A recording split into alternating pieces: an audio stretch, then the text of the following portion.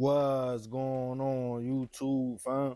It's your boy Tony 2 times, and we back with another episode of Hood Tales, man.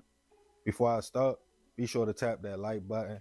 Definitely watch this video to the end to hear the full story and all the details in the case. For the day one, fam, y'all already know it's all love. Thanks for tuning back into another episode. If you're new to the channel and you feeling the content, feel free to subscribe. Definitely hit that notification bell so you can be notified every time we drop a new video. Oh yeah, feel free to share the channel with your peoples. Everybody is welcome. Let's get right into the story. The bro code is something that all us men knows about. It starts when you are young, with you and your homies. Y'all look out for each other, keep each other's secrets, lie to keep your homeboy from getting in trouble, whatever to keep that brotherly bond. The code extends from your friendship with your guys all the way up to your relationship with young women. Meaning, as y'all get older, if you are dealing with a particular female, your homeboy already knows off top to stay far away from her. He might look at her like his sister because you two are considered brothers. And no matter how bad she is, he will never cross that line. On the flip side of that, if you as a man gets finessed into thinking a certain female is the one, as we all have been through, and your homie has the Carfax on a mileage she has, and it comes back you got a lemon, another part of the code is letting your homie know, like, yo, I know you feeling shorty, but she not the one, my boy. Despite what we think, women have a similar code they live by with their homegirls. It's normal to want your friends to stay safe, not get hurt, and keep their life stress and drama free. But sometimes they want homies fall out, and usually it's over two things: money or a female, meaning somebody probably broke the bro code. And depending on how the next man takes that, the outcome could be fatal. And on this episode of Hood Tales, we'll be taking it to Orlando, Florida, to discuss a case of a man who snapped after his homie bragged to him about smashing his girlfriend. Oh, big truck gang. What's going on with y'all, man? Hey, man, I hope everybody having a good, blessed week, man. I hope everybody fam good. I hope everybody loved ones good. Kids. I don't care who it is, man. I hope everybody good, man. Hey, man. As long as y'all rocking with me, man, I'm rocking with y'all, man. I love y'all, man. Y'all have a blessed one. Hey, let's get into it. Back in 2019, 28-year-old Jarnell Browdy was navigating the streets of Florida. Jarnell was a father of 3 kids, 2 boys and a girl, and had dreams of making it big in the music industry, becoming a rapper. Raised by his grandmother, his life wasn't always easy, but he made the best of it and hustled hard to support his kids. Jarnell had a homeboy he often rotated with, a 20-year-old man named Kenneth Williams. Despite the age gap, the two knew each other for years, and Jarnell watched Kenneth grow up and considered him little bro. Kenneth was in a relationship with a young lady who we'll call Jazz for the sake of this story, who Kenneth was feeling heavy. When he wasn't hanging with her, him and Jarnell would link up and chop it up. Jarnell also knew Jazz as well. The friends would often go to a house in the trenches of their area, a home where they would pay the person who owned it a few dollars to hang out in the back, hit a few cells, smoke, drink, whatever the mood was for that day. The house was a hot spot though, with police getting multiple calls and neighbors feeling like it was a danger to the community. But Jarnell and Kenneth were used to being in the trenches together. On January 7th, 2019, it was no different. That morning, the two friends headed to the spot, paid the ticket to post up, and went out back. There was a few more people around this day as well. As everyone was politicking and chopping it up, Jarnell and Kenneth would bring up Jazz, Kenneth's girlfriend. At first, the two men talked in a joking way until Jarnell let Kenneth know, like, yeah, bro, I smashed her. Thinking his homie was playing, Kenneth brushed the situation off. Like, yeah, all right, bro, okay.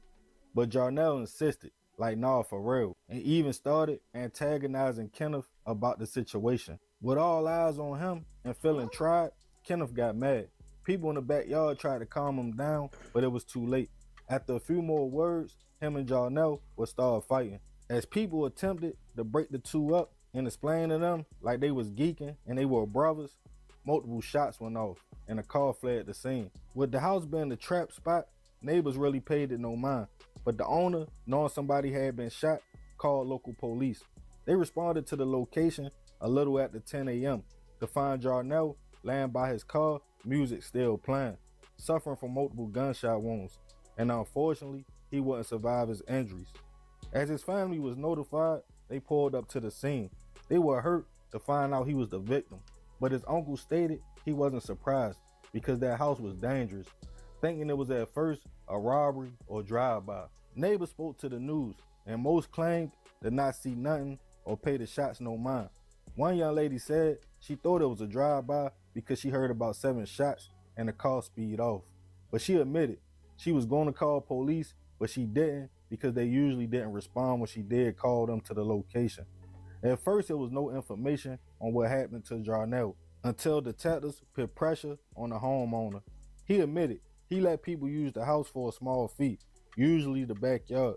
He stated that day Jarnell and Kenneth came by like they often did. He was in the house when he heard an argument. When he looked out the window, he stated he saw people pulling the two men apart before Kenneth upped the gun, shooting Jarnell multiple times and driving off. He claimed when he went out back to ask what happened, everyone stated Kenneth shot Jarnell for antagonizing him for sleeping with his girlfriend.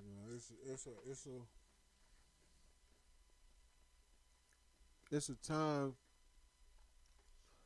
The whole situation fucked up. Period. You know what I mean? But to antagonize a man in front of a group of motherfuckers, that's a no-no.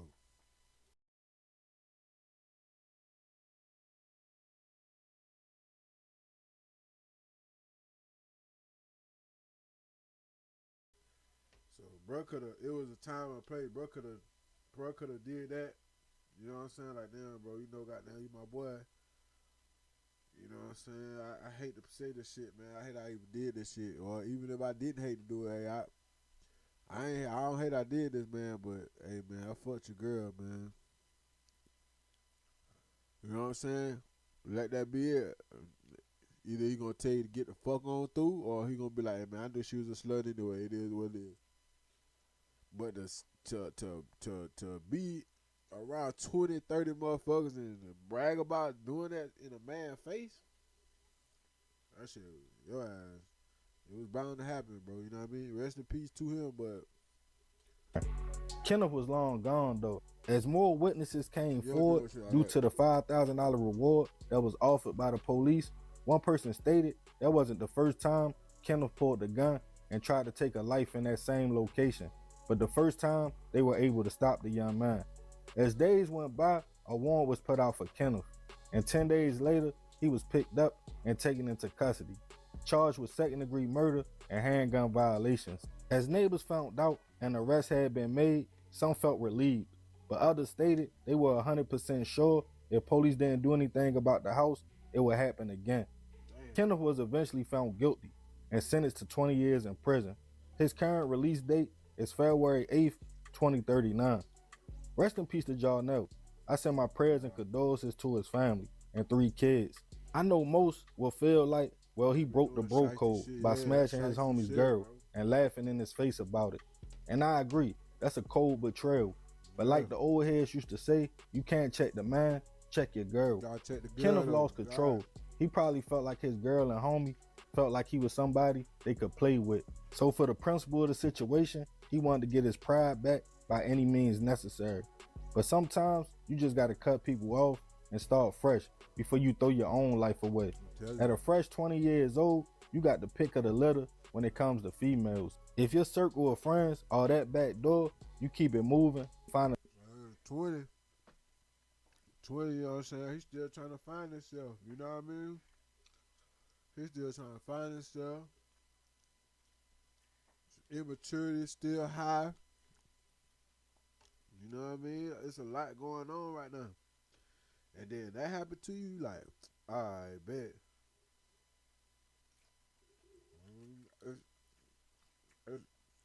It's an unfortunate situation, man, but That happens, man. People shiesty. People shiesty, man.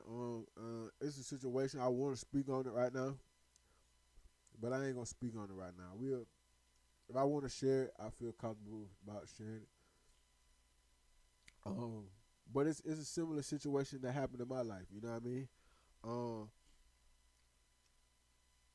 and me and the dude, you know, we ain't no longer friends no more. I wish it was different. You know what I'm saying? But also the case scenarios was a little bit different also. Um, but anyway, we ain't gonna get into that, man. You know, we'll probably share that. I'll probably share that with y'all. You know, if I'm comfortable enough. You know, a couple more stories from now. I don't know, but people do you like that. Needless to say, motherfuckers do you like that. You know what I mean? Again, that shit ain't nothing to brag about, man. That's fucked up. You know, you my boy, you my brother. It's crazy. So Another young lady, but instead, Kenneth crashed out. Fellas and ladies, have you ever been put in a position like this where someone you considered a friend crossed that line with your significant other? And if so, how did you handle the prison situation? time. Let me know in the Real comments. shiesty, bro. And remember, we got to succeed, not to fail, Brag about it. No, you gonna do that. so we won't be just another hood tale. Yeah, man, this a wild one right here. I already know a lot of people gonna have a lot to say about the bro code and how Jarnell carried it, but it still ain't worth a life. Cause now Kendall sitting with 20 years, Yeah. that young lady long gone, and Yeah. every day he gotta look himself in the mirror and do that time. But Yeah. yeah, y'all let me know in the comments. I appreciate you if you made it to the end. This is another episode of Hood Tales. It's your boy Tony. Crazy, man. 20. He ain't coming home until he's 40. It's unfortunate, man.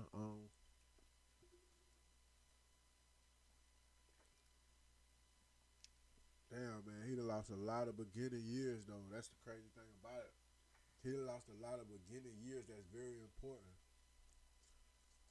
You gotta think, man, your early 20s, early 30s is very important, bro. For real.